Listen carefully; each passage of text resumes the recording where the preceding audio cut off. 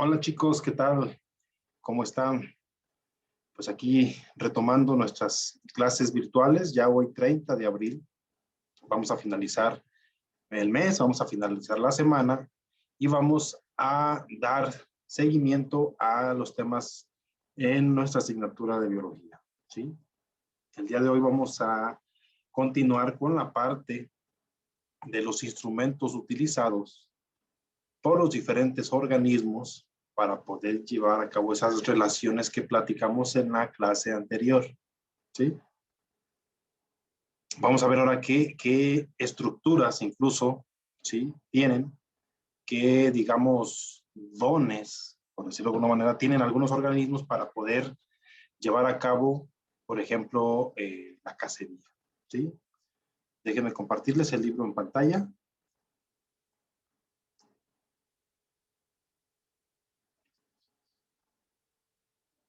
Aquí vamos a iniciar en nuestra página 240, el libro de biología. Aquí en esta parte terminamos de ver los tipos de relaciones intraespecíficas, pero sobre todo interespecíficas, ¿sí? El comensalismo, el amensalismo, la simbiosis o el mutualismo, la competencia, el parasitismo, ¿sí? Este tipo de relaciones que se dan entre los diferentes organismos del ecosistema, ¿sí? Sea entre planta y animal o sea entre animal y animal también, ¿sí?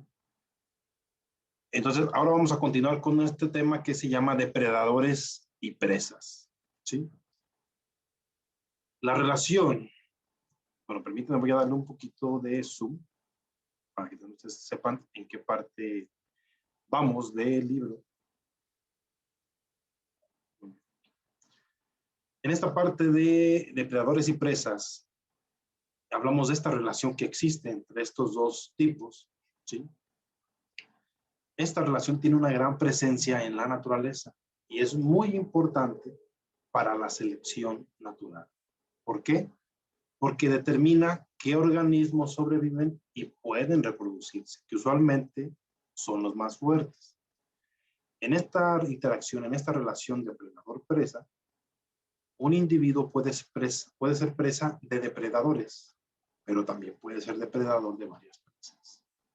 Por ejemplo, una serpiente puede ser depredador de roedores o de algunos otros animales, de aves, pero también puede ser presa de otros depredadores superiores, por ejemplo, un águila, ¿sí? Un águila es considerado un depredador de alto nivel, digamos, ¿sí? Las presas usualmente pues, son vulnerables, pero ¿qué sería de un depredador sin su presa?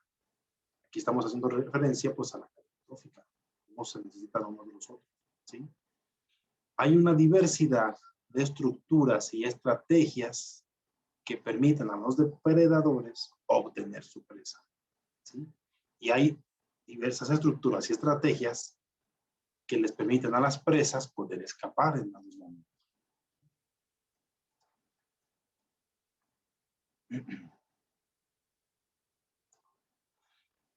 Aquí nuestro libro nos dice que pues todos los seres vivos tienen adaptaciones que les ayudan a ser más eficientes en sus procesos, por ejemplo, de caza, ¿sí? En la búsqueda del alimento. En las poblaciones, en las diversas poblaciones de especies, los procesos evolutivos han moldeado diferentes formas y mecanismos en los depredadores para atrapar a sus presas e incluso en las presas para poder escapar en dado caso de los depredadores, ¿sí? Algunas formas o mecanismos que han desarrollado los depredadores, por ejemplo, algunas son químicas, como el veneno, otras son estructurales, como la lengua, o como incluso los dientes, ¿sí? Aquí tenemos un ejemplo en la figura 3.22, cómo es que caza un camaleón, ¿sí? Aquí el proceso evolutivo ha moldeado la adaptación, sobre todo en tema estructural, como por el tema de la lengua. La lengua está especializada, tiene un largo considerable, es viscosa, es pegajosa, entonces la lanza, llega a su presa y prácticamente su presa queda pegada ahí y la regresa y la regresa directamente a su boca y comienza a tragar. Y además de que se extiende rápido, no crean que es lenta, se extiende muy, muy rápido. Y con eso asegura el poder cazar y tener alimento. A continuación vamos a ver algunas adaptaciones, ¿sí?, propias de muchos depredadores para capturar y digerir y comer a sus presas. Empezamos por grupos, lo vamos a hacer por grupos. Por ejemplo, los mamíferos. En los mamíferos, hay diferentes ejemplos. Ahorita les voy a mostrar algunas imágenes. Un ejemplo, los mamíferos tienen estructuras como garras y colmillos para capturar y desmembrar a sus presas. ¿Qué ejemplos tenemos? Pues bastantes, ¿sí? Bastantes ejemplos de mamíferos. Leones, ¿sí?, osos, venados, koalas, tigres. Vean la cantidad inmensa de mamíferos, ¿sí? Y, como nos dice, tienen estructuras adaptadas para poder asegurar su cacería, ¿sí? En el caso de los carnívoros. En el caso de los herbívoros, pues también están adaptados para poder llegar con facilidad al alimento y poder incluso arrancarlo y triturarlo y comerlo. En el caso de los herbívoros, que son mamíferos. Hay bastantes ejemplos. Ahora, otro grupo son las aves. También hay mucha variedad de aves. Y en el caso de las aves, algunos ejemplos de formas o estructuras o mecanismos que han desarrollado, por ejemplo, estructuralmente son los picos, que son muchas veces curvos y muy afilados. También han desarrollado garras, claro ejemplo son las águilas, y con las cuales sujetan a su presa, ¿sí?, incluso las entierran. Algunos organismos carroñeros, como los buitres, han perdido las plumas de la cabeza. ¿Con qué creen? Según los científicos, estas aves han adaptado estructuralmente su cuerpo en no tener plumas en la cabeza con el fin de evitar infecciones al estar alimentándose de los cadáveres. Vean las adaptaciones. Otro grupo son los reptiles, también en variedad: cocodrilos, tortugas, lagartijas, serpientes, anacondas. En el caso de las serpientes, tienen la capacidad de desarticular su mandíbula para adaptarla al tamaño de la presa que se van a tragar, ¿sí? Vamos a poner un ejemplo. Yo creo que también ustedes han visto algunos videos de algún programa. Y vean, aquí voy a tratar de encontrarme esa estructura.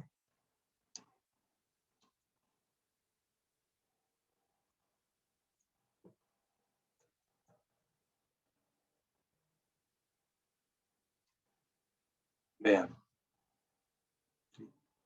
Un ejemplo claro. Vean esos tamaños de las presas que está tragando la serpiente. Parece una anaconda, una pitón, pero es más como una anaconda. Vean el tamaño de la presa que se está tragando. ¿Cómo es posible? Gracias a lo que comentan. Ellos desarticulan su mandíbula. Un ejemplo, si nosotros, ustedes abren su boca, tienen un límite de apertura. Las serpientes desarticulan desde acá su mandíbula, digamos, la sueltan, entonces su hocico, ¿sí?, lo abren bastante, se adapta al animal.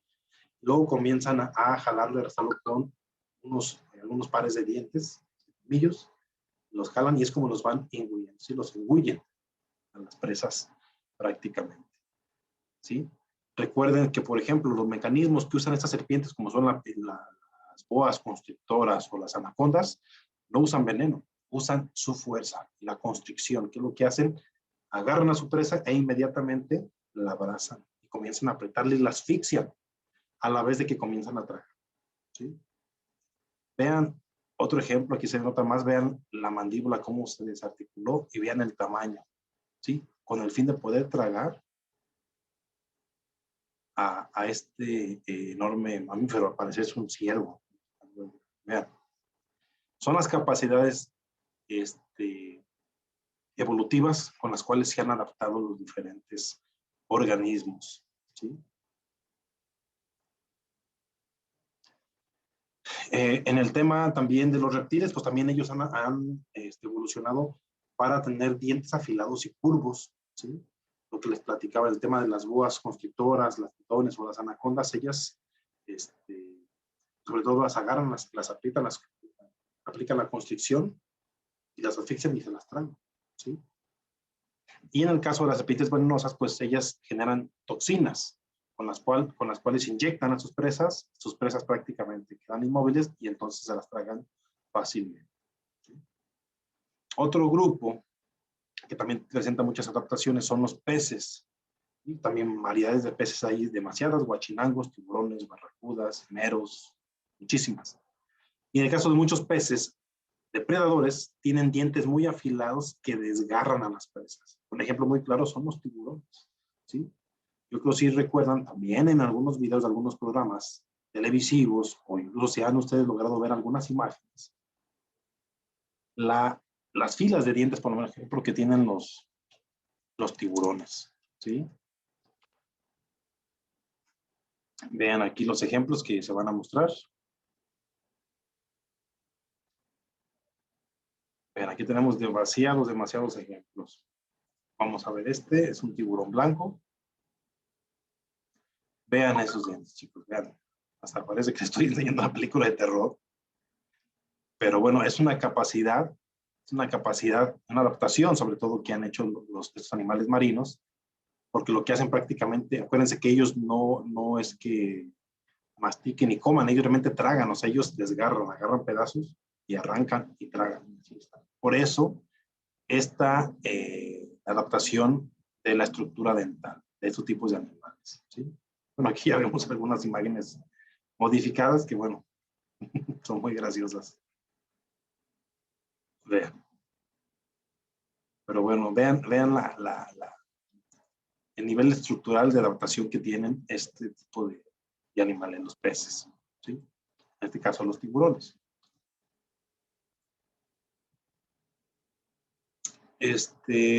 Otro grupo, por ejemplo, del cual también podemos hablar, que ha desarrollado diferentes adaptaciones, son los anfibios, algunas ranas, sapos, por ejemplo.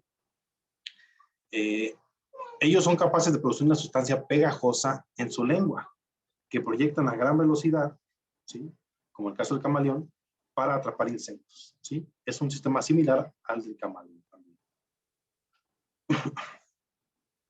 En el caso de los moluscos, recuerden, chicos, estamos enfocándonos un poquito más en los depredadores, ¿sí? En el caso de los moluscos, como por ejemplo los ejemplos más claros, el pulpo y el calamar, ¿sí? Estos cuentan con tentáculos que les permiten apresar, también hasta atrapar a su presa, ¿sí? De los cuales se alimentan. Los tentáculos de los calamares y pulpos son órganos alargados y muy flexibles, ¿sí?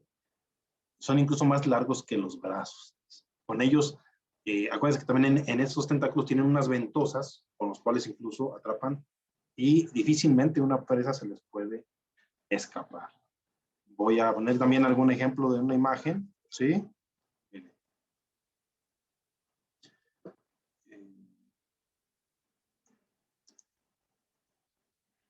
Vamos a ver incluso a nivel de las ventosas. Aquí están los tentáculos y vean las ventosas en los tentáculos de los pulpos, ¿sí? Y esa es, digamos, su herramienta principal para cazar.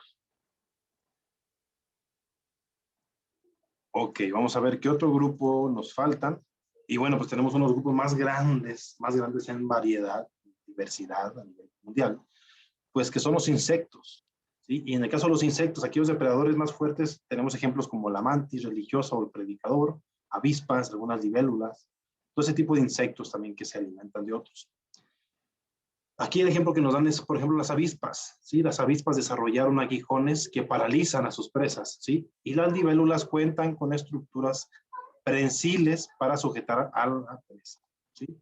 Otro ejemplo de los insectos, el tema de la mantis religiosa, que sí la conocen, sí los han visto, es el tema de, digamos, sus brazos, sus estructuras con los cuales logran agarrar a sus presas, incluso alimentarse de ellas vivas. ¿Sí? Vamos a poner aquí una imagen para que vean. Miren. Aquí está una mantis religiosa o predicador. Vean esta estructura en sus brazos, las cuales incluso están aserradas, la parte que cierra están aserradas, ¿sí? Tienen como filitos, y con esos agarran a su presa. Vean aquí, su presa es ya, al ser agarrada por el predicador o la mantis, es muy difícil que se libere. Y lo que hace el predicador es prácticamente comenzar a comer y se los traga vivos. Bueno, son adaptaciones de todos los organismos, a veces son fuertes, pero bueno, esa es la naturaleza, ¿sí? Bueno, en este caso, pues por lo que quedó del animal, sabemos que lo que se estuvo tragando o lo que se está tragando es un saltamontes o un chapulín. Ok, entonces vean chicos cómo comenzamos a hablar de las adaptaciones estructurales y en estrategias o procesos que realizan los animales para poder cazar, porque esa estrategia o esa mecánica es la que los ayuda a poder tener el alimento con el cual van pues prácticamente, digamos, a sobrevivir, ¿sí? O algunas otras estrategias de muchos depredadores, pues son la agilidad y la velocidad, ¿sí? Ejemplo claro, la chita o los guepardos. O algunos halcones como el halcón cernícalo, ¿sí? Que usan mucho su velocidad para poder cazar. Otros usan una estrategia para ocultarse en el entorno o disimular su figura, con el fin de no ser detectados. A esto se le conoce como camuflaje. Muchos son cautos y cuentan con garras y dentaduras fuertes, ¿sí? El tema también del camuflaje es una estrategia muy interesante, chicos, que usan muchos animales para poder cazar. De hecho, recientemente, creo que el día de ayer incluso, yo sinceramente no conocía a esta serpiente, de cómo caza. Voy a tratar de enseñarles ahorita, y a ver si tengo que sea, si no es un video, un GIF. Creo que se llama, vamos a ver, serpiente cola de araña. Y se me hizo impresionante la manera como caza esta serpiente, ¿sí? Tiene una figura en su cola como si fuera una araña que la mueve. Entonces llegan sobre todo aves a querer comérsela, y pero cuando se acercan, la serpiente actúa y se las trae, ¿sí? Deje ver si está algún GIF. Vamos a ver para mostrarles.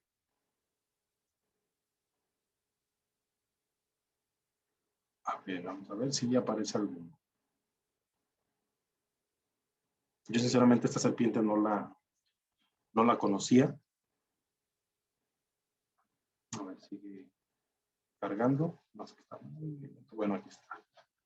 Pero pues no hay imágenes en movimiento, no hay GIF.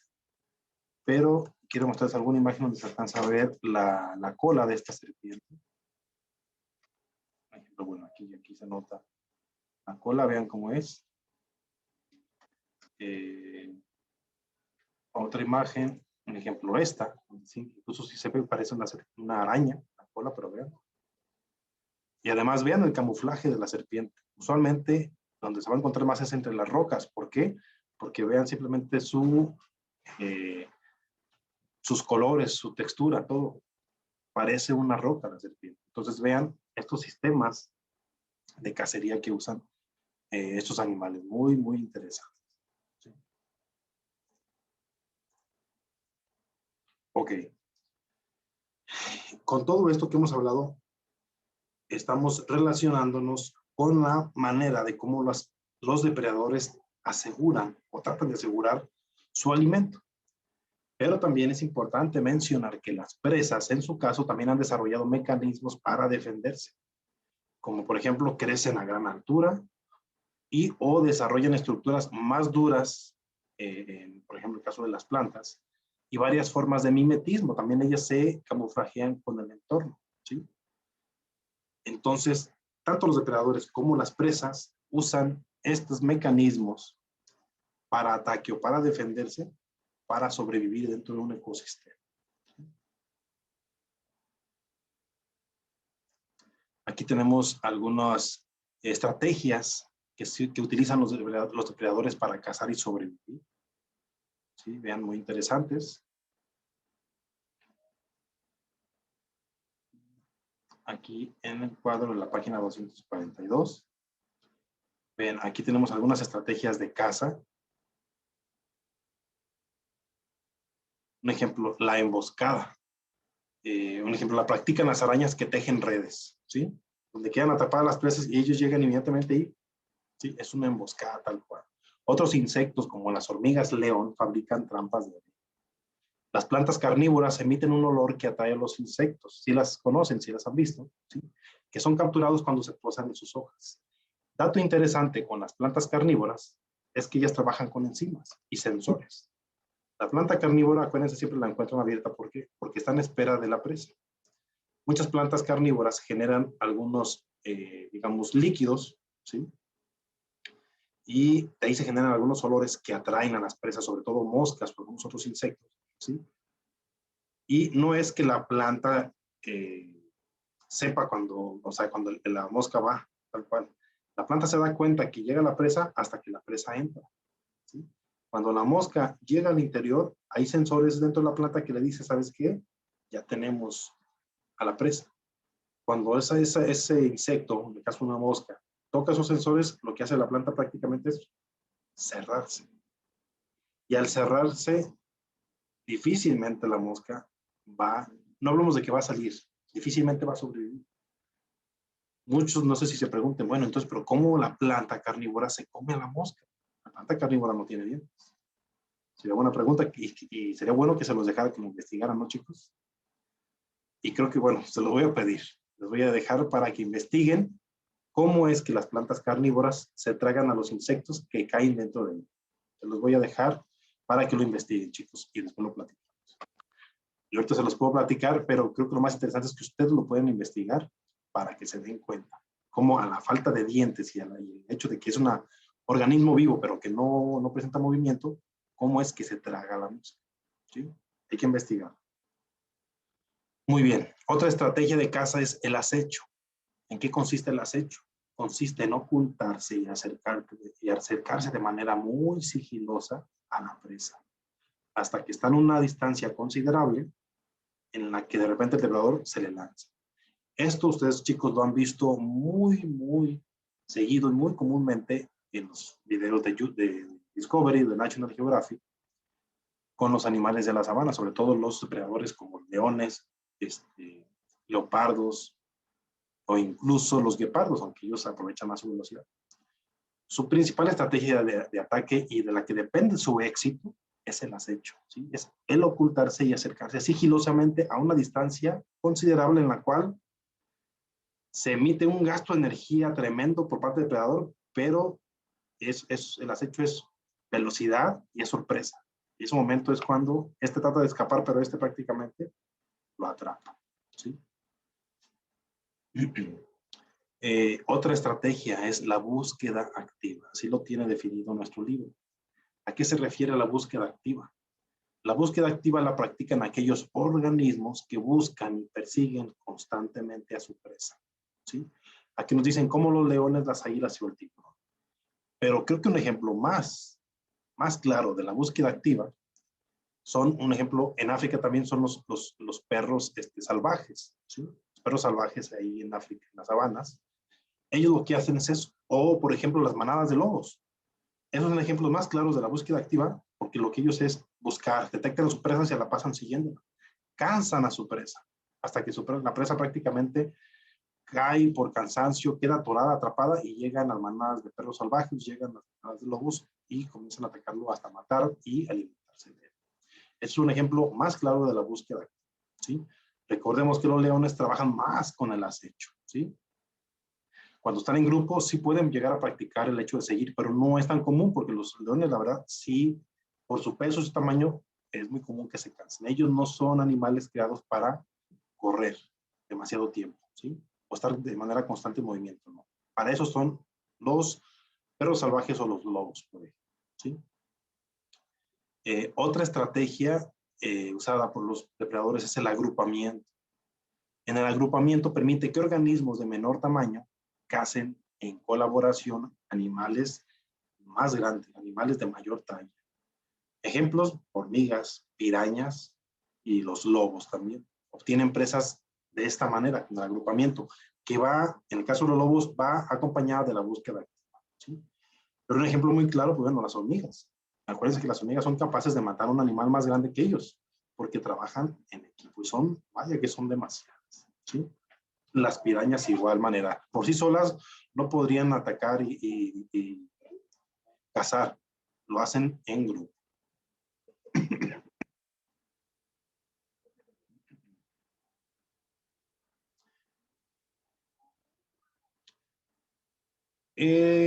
Otra información interesante e importante que nos da nuestro libro es que nos dice que todos los ataques, ¿sí?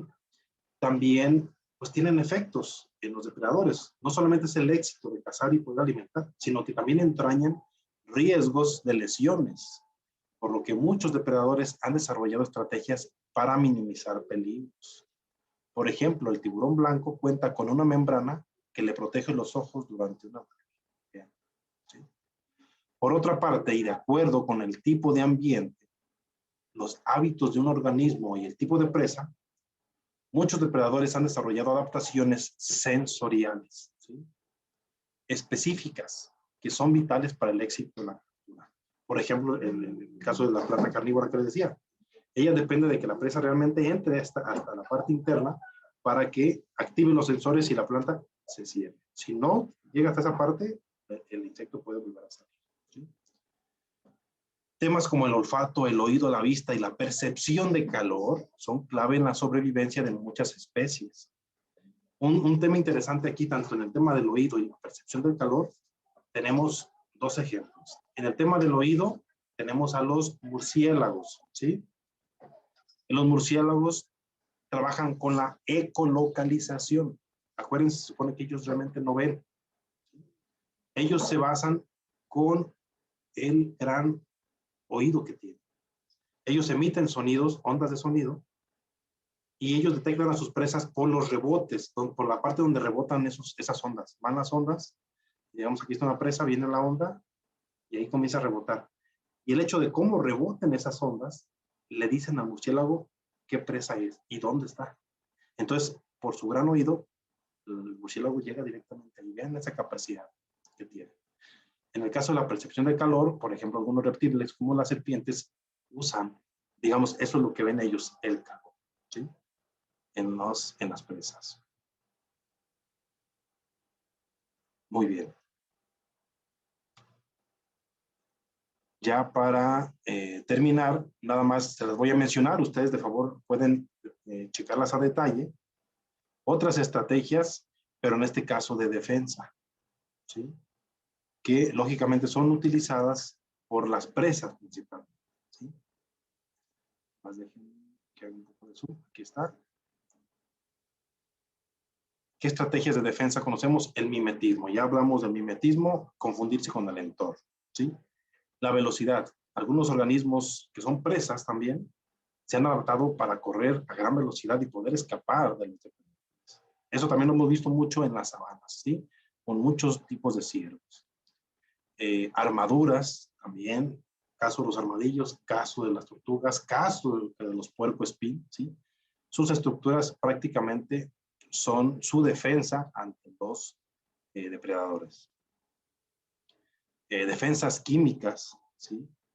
Que en muchos casos son tóxicas, como un ejemplo, algunas ranas, se ha visto yo en algunas imágenes o videos, unas ranas pequeñas de colores muy llamativos, sobre todo que se encuentran en la parte de Sudamérica, son venenosas. Incluso usan su color para advertir al depredador, oye, mira, soy venenoso, no me comas. Y es una manera de defensa, ¿sí? Y el tema del agrupamiento, al igual como los depredadores lo usan para cazar, también las presas los usan para defenderse. Tal es el caso de muchos ciervos. También regresamos al ejemplo de la sabana. El ejemplo de los famosos ñu, esos animales, digamos, son parientes de las vacas, que tienen esos cuernos muy grandes, son oscuros. Ellos usualmente también andan en agrupamiento. Y cuando agarran valor y algunos depredadores los quieren atacar, sean leopardos o leones, los ñus se juntan en equipo y no permiten que ninguno de su grupo sea cazado, ¿sí? Y al ver esto, los depredadores pues, prácticamente mejor se retiran, porque no pueden contra muchos, ¿sí? Muy bien, chicos. Pues prácticamente ahorita vamos a trabajar nada más con esta información, ¿sí? Muy interesante sobre el hecho de cómo hacen los diversos organismos para sobrevivir, ¿sí? Cómo hacen sobre todo para asegurar su alimento. Entonces, para el día de hoy, chicos, les voy a pedir, bueno, ya les pedí, ¿verdad? Que investiguen ustedes por su cuenta cómo es que las plantas carnívoras se tragan a las presas que caen, ¿sí? Tienen un líquido dentro de las plantas carnívoras que es prácticamente que usan, pero bueno, ustedes investiguen cómo es que realmente se lo comen, digamos. Y para el día de hoy la actividad es este cuadro que está en la página 240. Es una actividad interesante de relacionar las diversas interacciones que existen entre los organismos con el nombre de esa interacción, ¿sí? Un ejemplo, en la interacción entre una rana y una serpiente, ¿qué interacción creen que sea? ¿Sí? Hay que checar aquí en esta columna y vamos a poner la letra en el nombre de la interacción que creemos que es. ¿Es parasitismo? No creo, ¿verdad? Entonces hay que checar qué tipo de interacción es la que se da entre una rana y una serpiente y vamos a colocar la letra. Esta es la actividad, chicos, que hay que completar con la clase del día de hoy, ¿sí? Y pues bueno, chicos, por mi parte sería todo. Gusto de saludarlos igual por este medio. Esperemos ya pronto regresar completamente a las clases. Y pues bueno, de antemano les deseo que estén bien, cuídense mucho y nos vemos en la siguiente clase. Adiós.